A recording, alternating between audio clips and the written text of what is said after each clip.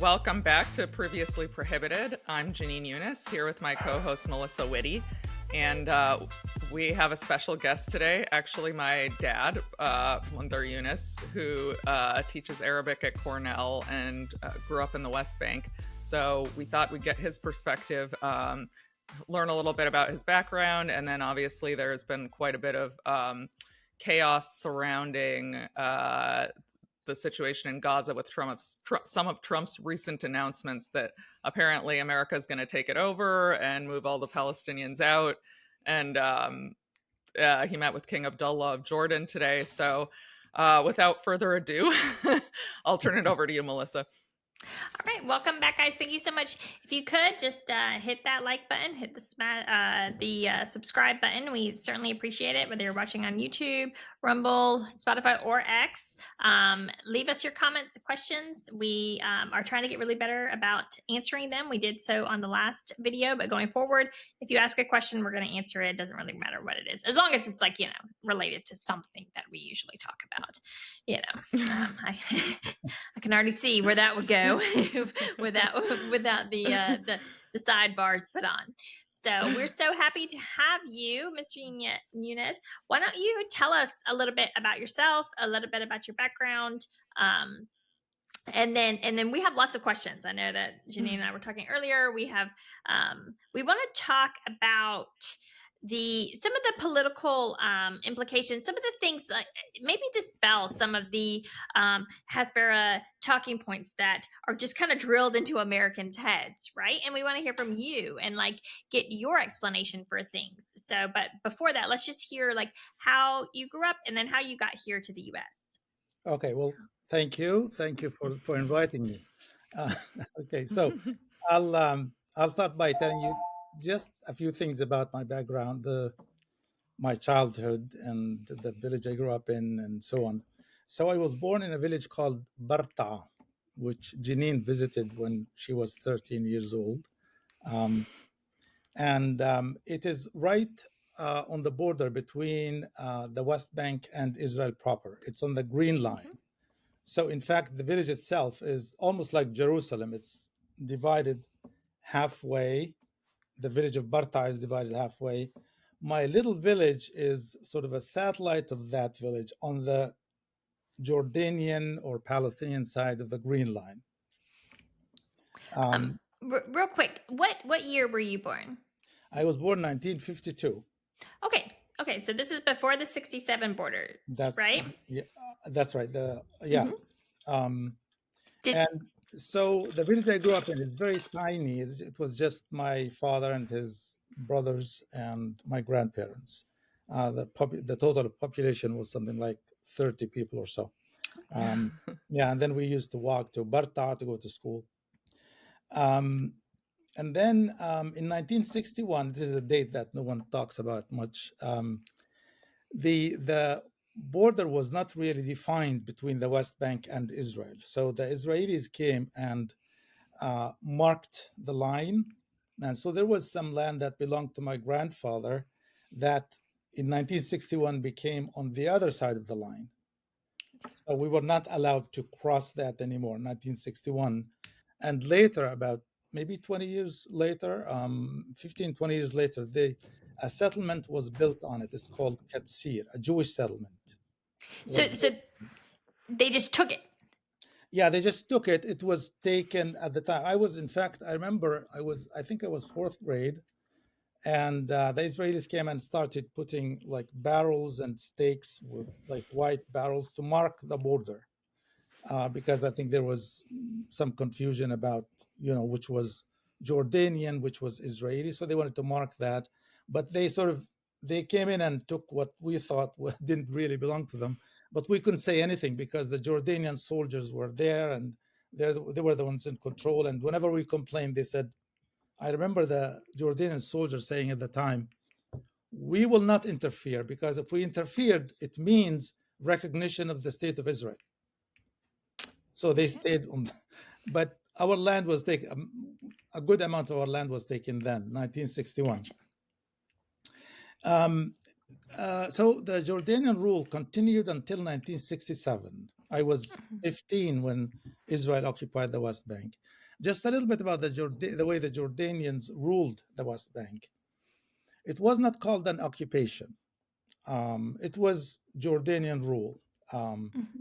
but we were not allowed to say we were Palestinian. We were supposed to say we are Jordanian. And if you said you were Palestinian, you got into trouble. And there were some Palestinian nationalists who were sympathetic to the ideas of Jamal Abdel Nasser at the time, the Arab nationalist. So those supporting Nasser's path to confrontation with Israel and the colonial West, they were jailed or they were pursued, and so it wasn't a good thing to sympathize with that trend. You were supposed to say, I'm Palestinian, I'm Jordanian, I'm a Jordanian citizen, I obey the rules and everything. Real quick, Yeah. was there cooperation between Israel and Jordan to kind of squash this Palestinian national movement If that you there, know of?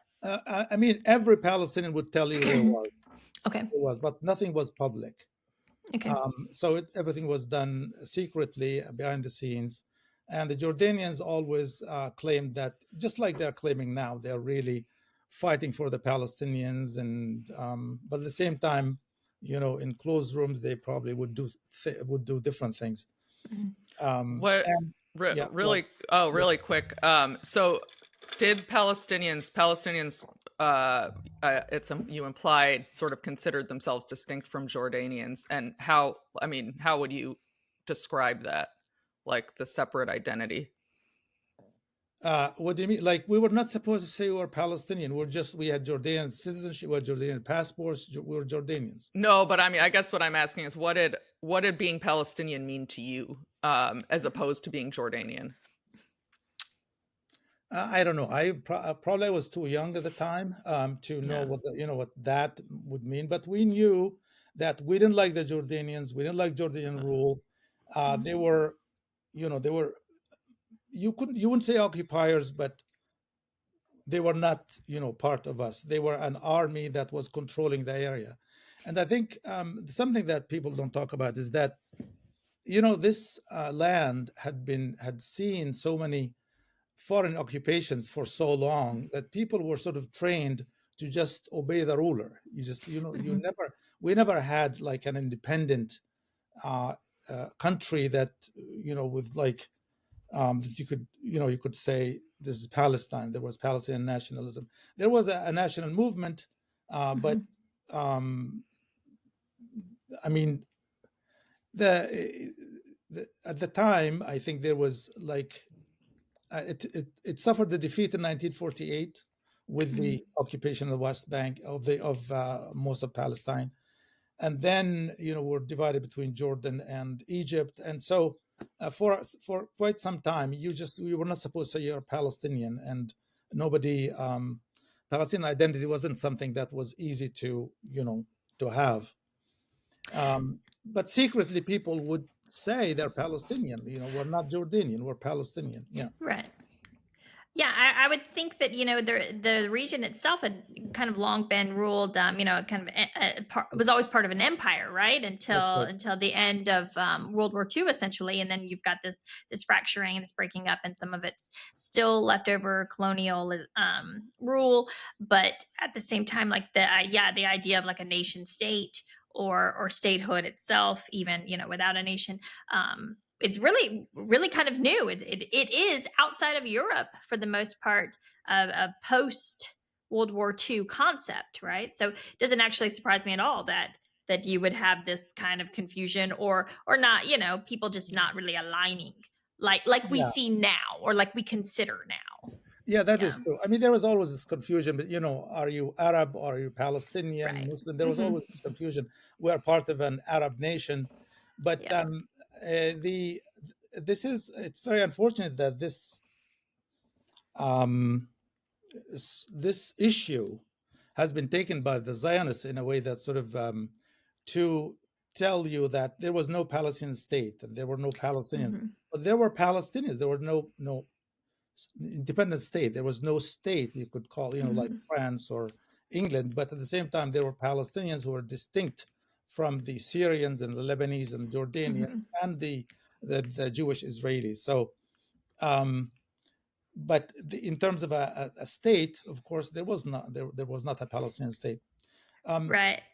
So the Jordanians came in 1967, and at the beginning there was a sort of a relief. I don't know how widespread that relief was, but as a 15-year-old, I felt some kind of a relief that now this sort of Jordanian rule, heavy Jordanian rule, is not there anymore. And as a 15-year-old, you would think that, well, whatever comes is probably going to be better than the previous thing. So at the beginning, things were, I would say, on the positive side. So like one thing I started doing, and since I like languages a lot, I started learning Hebrew. And I liked that. And Hebrew is very close to Arabic, and it was easy for me to learn it, and I was very happy about that. And then very soon after 1967, and because we're right on the border, we were able to cross the border, although it was illegal. We could cross the border and work on Israeli farms, and so we were able to have cash for a change, which we didn't have before 1967. It was very, jobs were very scarce, and young people who actually were, older people, let's say 18 years old and above, they went to Kuwait, Saudi Arabia, Germany, because there were no jobs in Jordan. So we started 1968, 69, 70. We started going to Israel, sort of sneaking through the border. It was all illegal. We would go to farms and find jobs, pretty much like what I see some here, like Latin American workers, for example, coming here, working on farms, sometimes illegally. But the money was good, and my family appreciated that. It was really a big relief for us. Yeah. Yeah, I think that's something that doesn't get talked about enough is that the people, they are dependent upon each other in a lot of ways. For work, we see, especially I would imagine in the early days before this kind of mass migration, bringing in of the Thai workers, bringing in of, and you see that across the Middle East and whatnot. Of just kind of bringing in labor from Southeast Asia and whatnot. But prior to, I would say maybe even 20 years ago, it was always just you were dependent upon the people around you, right? And that kind of, it mandated more cooperation, right? Yeah. And then I think probably you saw a breakdown of that as the means to bring in labor from outside that you could then exploit on your own became more widely available. That's probably an aspect that I bet you could write an entire book on just the impact of that, Yeah. But so something that we hear all the time from Zionists is that the Palestinians walked away from every peace deal, right? It is probably the number one talking point. They're the ones, they won't take a deal. So I wanted to see if maybe you could tell us why. I know why, but and I know Jenin knows why, but I think that people, they should hear from you, like what, explain to us like why it's always been a non-starter, right? There was the partition plan of 1947, the first refusal attributed to the Palestinians. The Palestinians refused the partition plan, which was approved by the United Nations. It was approved by agreed upon by the Jewish population of Palestine. Right. And just for people who don't know, it was like UN resolution, like I think it's 181 or 131, one of the two. And it established, basically, it took the land and it split it into an Arab state and a Jewish state. That's and correct. Yeah. and the Jews accepted, and the Arabs did not, obviously, because it was their land before, and they just didn't feel it was fair that they should have to give up anything. So And the that is true. Jews didn't have a state, so it made sense for them to accept. be right, they're like, "Well, oh, sounds good, yeah. Yeah. So, I mean, generally, the Palestinian argument is that, as you just said, this is our land, which, we don't want to share it. The Jews who belonged here, Palestinian Jews, are welcome. We want a state for everyone, and we don't want to divide it. In addition to that, the Palestinians were given 45% of the land, and where they were the majority of the population, were given less land than the Jews at the time. Okay. But I think probably a very important aspect of this is that if you talk to Palestinians in general, they would tell you, and this was something that, like, if you go read in the literature, since 1915, 1916, during like the period of the Balfour Declaration, Palestinian newspapers used to publish articles like this. We know that they will take it over village by village, town by town. We know they're going to do it. They have the money, they have the organization, they have the means, and they will take it over. And the Palestinians sort of felt helpless at confronting that. There was always, I mean, the Jewish side was always, or I should say the Zionist side, I should say the Zionist movement. The Zionist side has always been organized, well-funded. They knew what to do. 1945, for example, there are documents that are released, that have been released recently. They had statistics of all the people living in the town of Ya'bad, which is like the bigger town close to our town, dating back to 1945. Like, the Palestinians knew nothing about the Jewish settlements, the Zionist settlements in Palestine, but the Zionists had already prepared themselves. They were everything had been planned, and I think even if the Palestinians accepted that, the partition plan, probably they would have found a way to make it look just like now, like with in the ceasefires." It's always Hamas's fault, right? Yeah. Right, They find ways to do that. So we don't really know what happened in 1947. Now, coming back to other deals, or supposed like peace deals that were proposed to the Palestinians, and they were always there. The Palestinians are there's this saying that they never miss an opportunity to miss an opportunity. Something that's attributed to the Palestinians. Like, we always miss opportunities, but there was never a proposal for this. The key word here is sovereign. A sovereign Palestinian state. Yes. They wanted control of the air, the land borders, and the sea.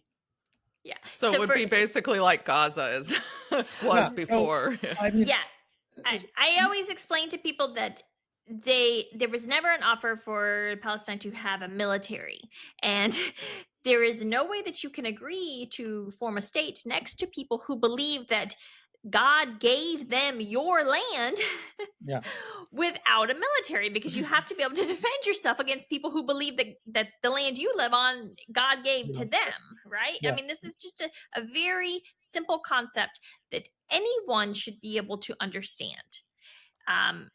Israel would not allow Palestine to have an actual army to defend itself. And the idea of sovereignty, I mean, like the 1993 accord, the Oslo Accords, one of the stipulations was, for example, that the Israeli army had the right of hot pursuit into any areas in the Palestinian territory. They divided the Palestinian territories into A, B, and C. So the Israeli army could come in anytime. And of course, there's always an excuse. Somebody threw a stone. We don't like somebody the way he looks. Or there's always. I mean, they literally shot a pregnant woman the other day, saying she looked at the ground. And she looked Yeah. at the ground in a suspicious way. So, Yeah. so for Americans who are listening to this, just imagine, we know that you get close to the county line, you can speed as fast as you want because the county cops can't cross that line, right? Yeah. We have these jurisdictions that are very, very strictly adhered to, right? If you, Texas cops cannot raid Oklahoma. They can't cross the line. They have no jurisdiction. They have no authority. Now, just imagine, all right, if Canadian cops or Mexican cops could come in to the U.S.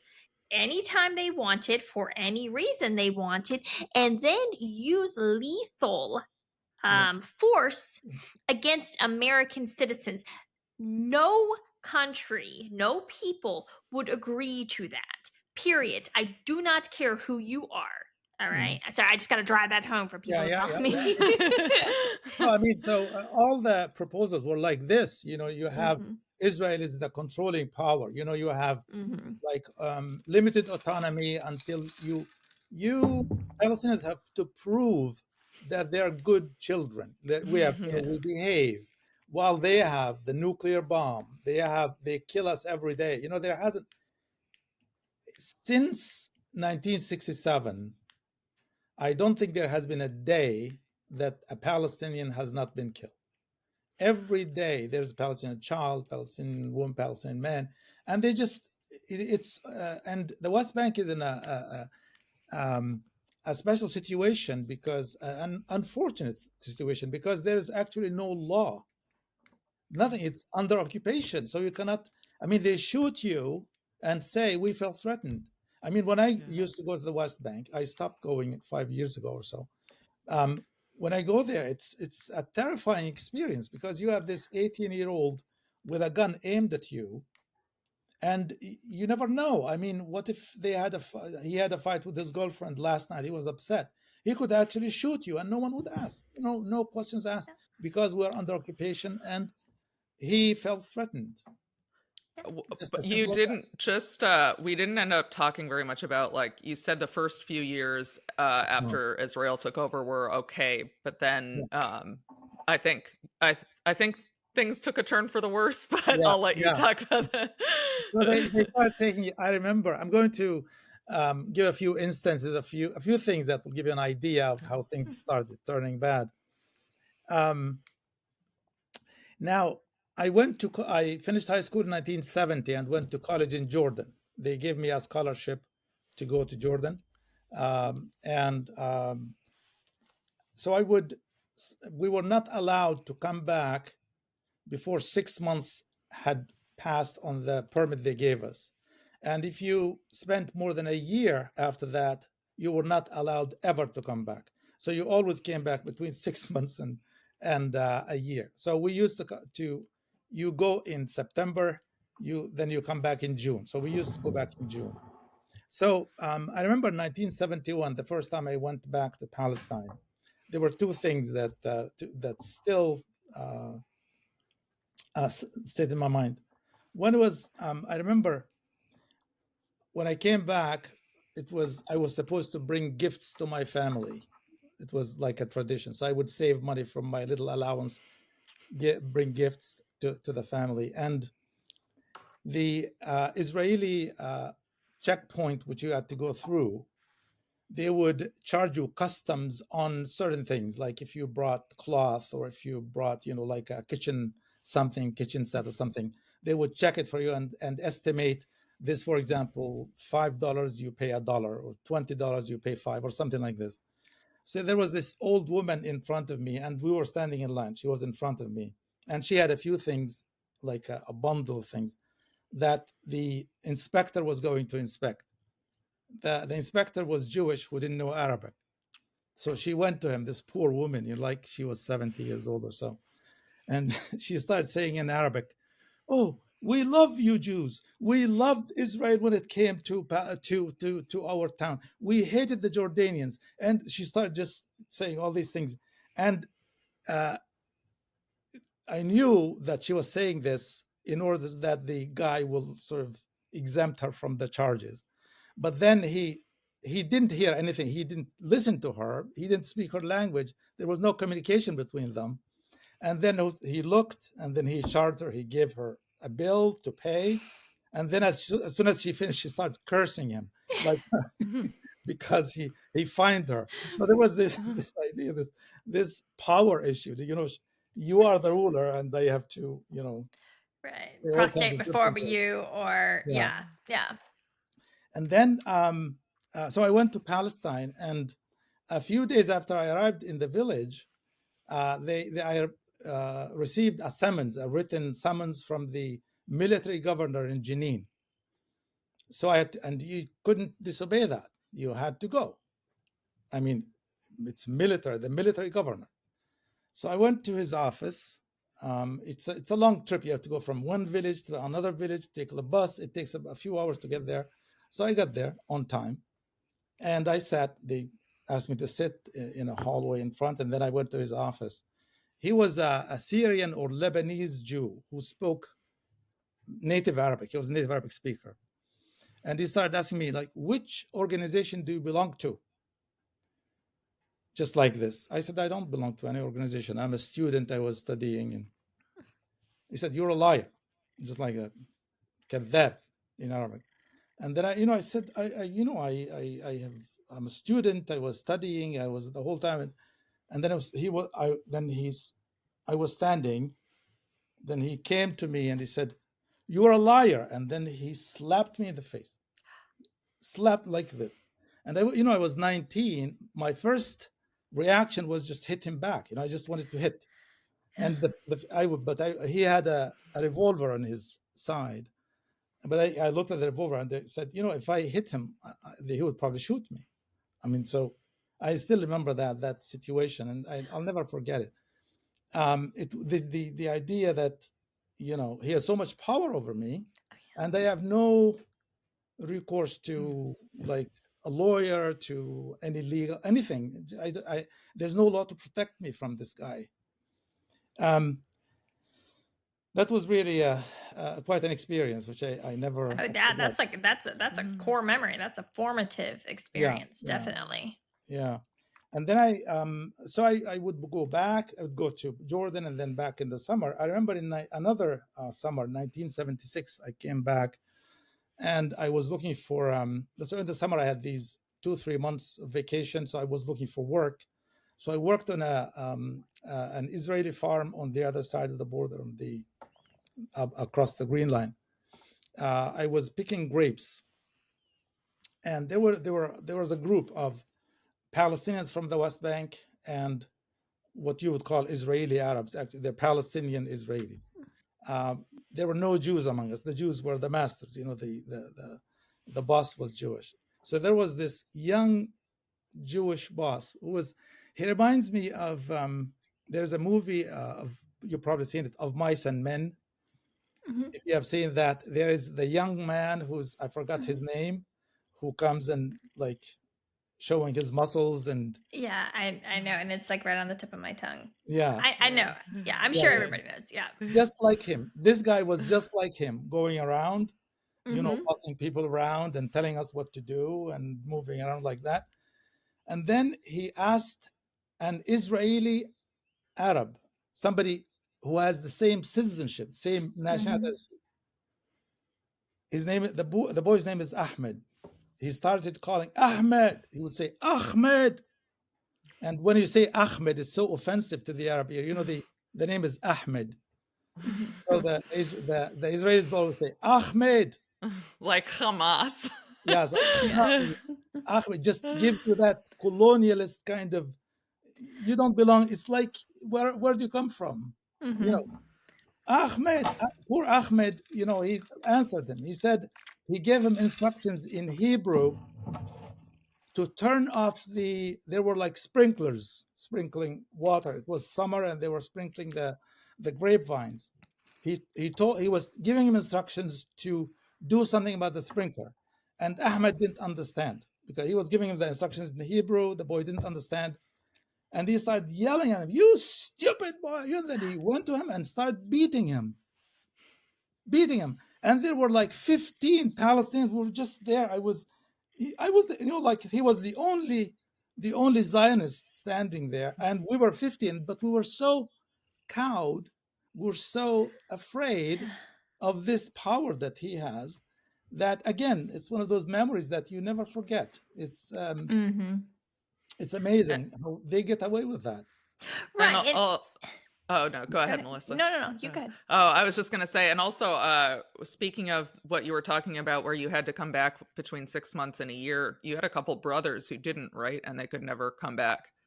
Yeah, my brother If I- Mu'in, my older brother, he went to Kuwait in 1968. He was 2 years older than me. When he turned 18, my mother was worried about him, that he would get into trouble. A lot of young people, because if you Oh yeah. like if you participate in a demonstration, or if you say the wrong thing, you get into trouble. So she wanted to send him to Kuwait, to, like, we have uncles who work there, and so he would find a job and work there. So he went, and he didn't come back within the year that was prescribed in the instructions for the permit. So he, like 5 years later, he wanted to come back. He could never come back again. Lost his citizenship. So his dream, he died. He passed away in during COVID, actually, 3 years ago. 3 years ago. So, like, his dream was to go back and live in the village, but he couldn't. Yeah. He just couldn't, because he went over the limit of the 1 year staying in Kuwait. Whereas some kid from Brooklyn who's never been can go right, live there. right. They can go. Yeah. Yeah. It's really Right. the injustice is just amazing. Certainly, Yeah. it's dehumanizing, and it's I always try to stress this to people who follow me. I have a lot of right wingers who follow me, who of course are raised on Israel's our greatest ally and all of this stuff, and yet I always try to really drive home to them that the Israel in your mind is not what exists in reality. That in fact, it is antithetical to everything that America stands for, right?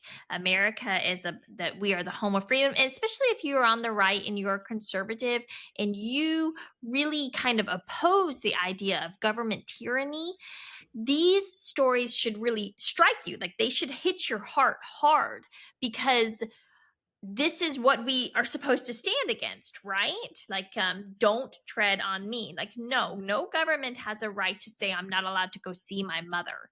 Okay, like, that's not a thing. Like, we should oppose governments like that, right? At all times. And if you are an American patriot, then you have to stand against this. You cannot stand with it, period. They are mutually exclusive, period. Yeah. Now, just speaking of the ally, the greatest ally, I would like to really, ask, what have we got from this ally over the past 70 years, except pain and a headache and a lot of money spent and wasted on killing people? Well, let's see. We got we had our president assassinated. We had our nuclear secrets stolen. We had our ships attacked. We've been spied on. We've been falsely led into invading a foreign country, Iraq. We have been coaxed into supporting war in Syria, Libya. Occupying Afghanistan for God knows how long, and unfortunately, it's looking more and more like we're going to get coaxed into going to war with Iran as well. God willing, that won't happen, but now it's on the table. Anything's on the table right now, because it's pretty clear that these people have got their teeth in way deeper than I think almost anybody. But the one silver lining is that every single day people are waking up and saying, what the hell is going on? Yeah, I would like people like this, the people who really think Israel is an ally. You mentioned the ships, right? You probably are talking about Liberty, right? Yeah. I mean, that's an incredible incident, an incredible event that no one seems to talk about. Nobody wants to know it, and it's so clear what happened. Oh yeah. And nobody wants to discuss it. Nobody. How can they get away with something like Well, this? the Mind crew boggling. members were threatened. They were told they'd better not discuss it. Yeah. So Yeah, I think the one thing that we've learned is that they're so good at messaging, right? And so something else I wanted to talk, I wanted you to explain to people, because something that I see all the time is the pay to slay, Yeah. right? So this is a program for maybe the handful of people who are watching this who don't know what it is. It's very often you'll hear Israel accuse the Palestinian Authority of this program. They call it pay to slay, which means that quote unquote terrorists get paid to kill Israelis, right? And they pay their families. And of course that's BS. Okay. It's just, that's not a thing. It's not what happens. And in fact, and I want you to confirm for me the what it is it's a welfare program, right? If somebody gets caught up in a crime, they go to Israeli jail. The Palestinian Authority gives welfare to the families who to help them. The same way that if somebody goes to prison in America, we give welfare to their families if they need it. To my understanding, it's the same, correct? That's my understanding too. I really don't know much about it. There's a lot of talk about it, but I mean, when you talk about pay to slay, think about how much money. If you really want to use the same words, imagine how much money Israel is paid to slay thousands of Palestinians. I mean, imagine that the latest counts say probably 60,000 Palestinians, counting those under the rubble in Gaza. Oh, it's way more than 60,000, that. including 20,000 children. So I mean, when they talk about slaying people, killing people, I agree. It's very hard to take seriously. It's amazing. But the Israelis, if you really, I think about this a lot. So they are well organized, well funded, and they have no morals. They don't. They lie. They lie. Mm-hmm. They spy. They bribe. They blackmail people. They blackmail anybody. Speaking of that, do you think that's what happened? So, I mean, I assume most of the people watching this are following this pretty closely, but just in case not, so Trump appeared to be doing a pretty good job on this topic at the beginning. In fact, he even brokered a ceasefire agreement before he took office in January. But all of a sudden, I would say relatively quickly, he did like sort of an about face, and all of a sudden, he's basically giving Netanyahu, beyond Netanyahu's wildest dreams, threatening to basically force the Palestinians to leave Gaza, possibly give it to Netanyahu, saying all hell will break loose if Hamas doesn't return the hostages, even more than had been agreed on in this ceasefire deal that Trump was instrumental in getting through. So I don't. Did something happen? I mean, I was wondering what your thoughts were on. Did Netanyahu threaten him? I don't. I mean, if there's anything that you could say about Trump, probably two things. One is that he actually doesn't read much, and the second thing, much. And the second thing is that he is unpredictable. Mm-hmm. And I think he thinks, I mean, I hate to say this about another human being, but he thinks like a child, by doing crazy things, that it is cute, that it is something that people should admire. It's like I don't know, it's like a child really, but like doing something terrible in the living room, and then like expecting just to draw people's attention, and then expecting some positive reaction from that. So it's very, I would say it's very childish. Sometimes you think, I often, because of my optimistic nature, I like to give him the benefit of the doubt. I keep saying, well, maybe he has something behind it. Maybe he has. But then he ended up like giving the Golan Heights to Israel, and during his first term, he gave Jerusalem to, and then the whole time you're saying, well, there might be something behind. There might be, he has this plan. I keep saying maybe he has something humane about this business in Yeah. Gaza, but it always turns out to be worse than Yeah. it seems. uh, like he says something, but then the Israelis end up doing what they want and Mhm. making him feel as if he is saying something really crazy, out of the box, Yeah. but only geniuses can come up with things like Right. Yeah. I think it's been pretty laughable the way that they've gone about, like, oh, like no one's ever thought of just, kicking all the Palestinians out of Gaza. yeah, This it's is like such an out of the box out of the box concept. idea. Yeah. Yeah, Yeah. Yeah. No one's yes, ever thought of this no, one no, no. before. It's just like saying, we want to occupy Greenland. I mean, no one had thought of that. It's really outside, Yeah. yeah, outside the Yeah. box. I I mean, mean, what does that mean? it's for me with Trump. I think his problem is he wants to be all the things to all the people, right? He wants to be everything to everyone. And I actually I don't think that he's a bad person down deep inside. I think he's probably a pretty decent person. I don't think he enjoys suffering. I think he's probably a little selfish, definitely narcissistic. I actually don't think you can even become the president without being a narcissist, to be quite honest with you. You have to have that really thick skin. You have to kind of be impervious to a lot of criticism and whatnot. So I think that just comes with the territory. I certainly don't think he's any more evil than any other president that we've ever had, personally. I definitely don't think he's more evil than Biden. I genuinely believe that Joe Biden is sociopathic. I think he's a sociopath.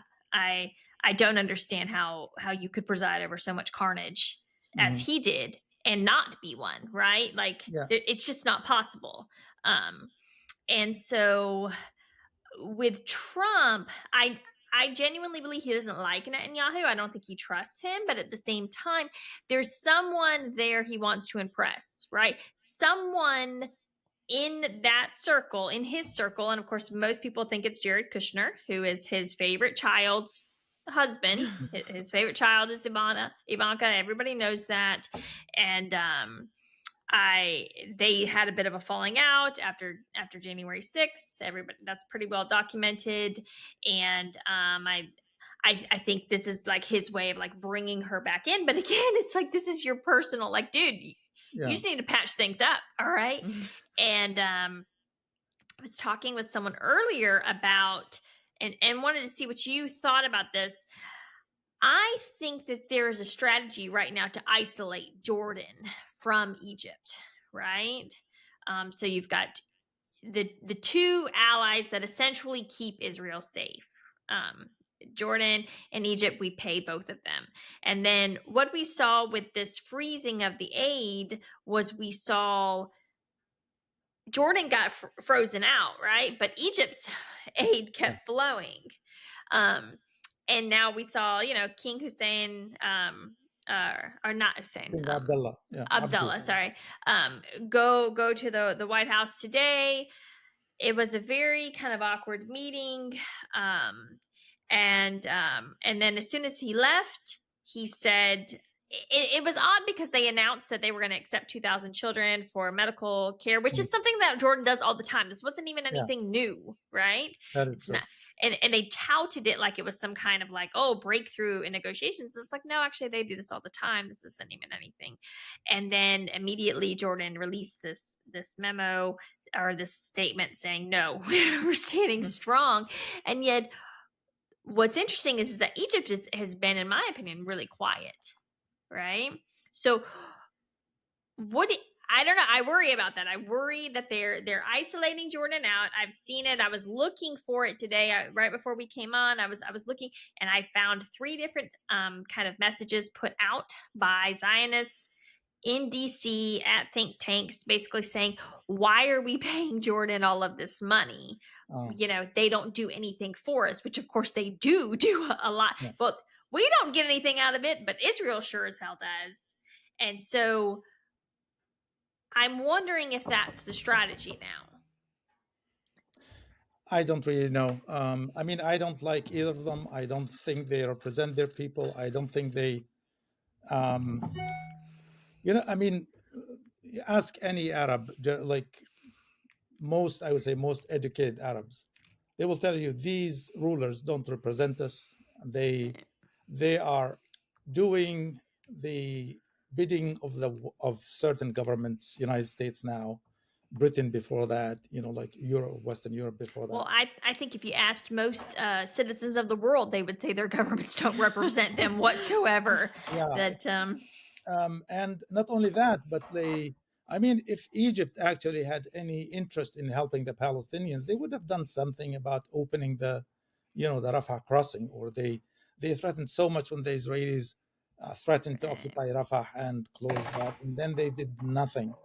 So whatever they say, I don't really trust. And they keep talking about like a unified Arab position, and they're going to hold a summit meeting, and so on, which they're not. The Arab citizen will tell you this is all bullshit. They're all all in Trump's pocket, and Trump and his pocket are in Netanyahu's pocket. Right. Just like that. It's as simple as that. And you can see it. You can see the effects of that on the ground. Right. So I don't know. We will see. We will see what happens. But it doesn't. The way, like, as if the Palestinians don't exist. It's like he talks to Netanyahu. He meets they talk about the hostages. They're talking about 69 hostages. Yeah. But they're not talking about 10,000 Palestinian hostages. All Palestinians in the West Bank and in Israel proper and in the Gaza Strip are hostages. Right. We hear nothing. We hear about all the hostages. We don't hear about the 40,000 people that have been kicked out of their homes in the last 3 weeks in the West Bank ever. You go, and it's the whole. You have 7 million Palestinians under Israeli control, and the other 7 million, like me, are deprived of their home. It's just like, with 14 million people, either like under the boot of the Israeli soldier, including Mahmoud Abbas, who doesn't move an inch without a permit from the Israeli soldier, and us outside who are prevented from, we can talk, but there's nothing we can do for our homeland. When you think about, they come, the way they receive this mass murderer, the way he sits with Trump, imagine, this guy who is responsible for so many deaths, so much destruction. I don't know what you probably are aware of the most incredible. It's really mind-boggling. Oh yeah. Yeah. To think that they used 83 tons. No, 83. Yeah, it was like 2,000 bombs. You're talking about 83 bombs, each one weighing 2,000 pounds, right? To kill Hassan Nasrallah in Lebanon. This man is revered. Here they talk about him as if he was a criminal and somebody who was, a terrorist. Just you call him a terrorist and kill him just like that. Yeah. Call him a terrorist.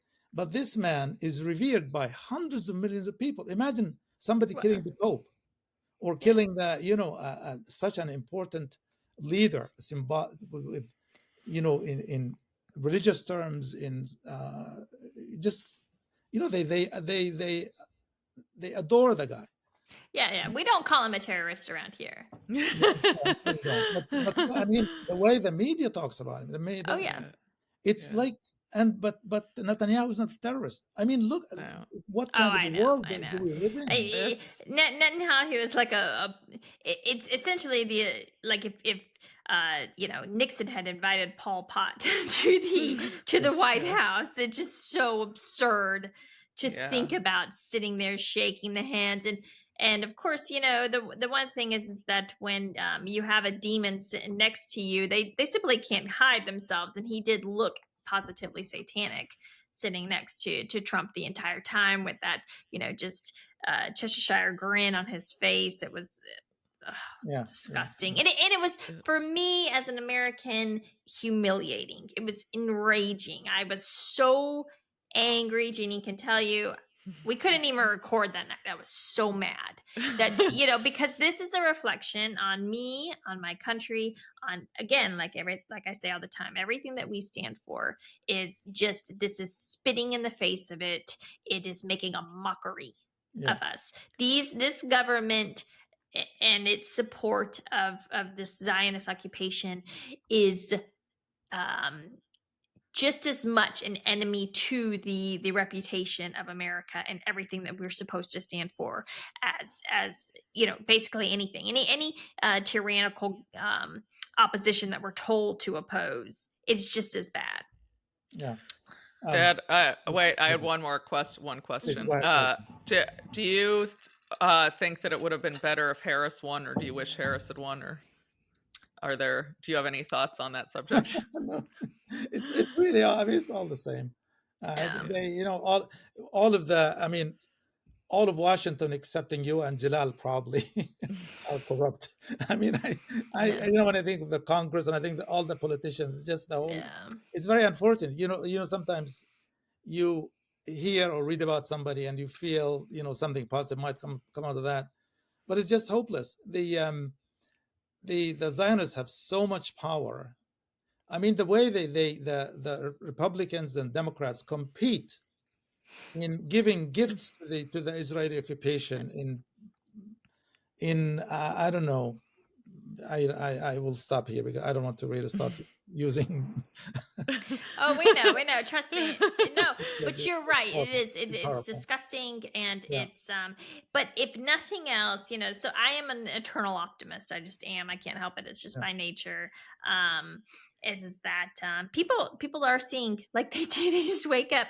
I mean, I'm in a group chat with probably some of the most die-hard Trump fans you have ever met in your entire life, and they're beside themselves. They're so upset with what he's doing because it's not what they stand for. And I got a private DM by one of them today, and he said, I don't even know what to do. It's making me sick watching him do this, watching him get on his knees for this man.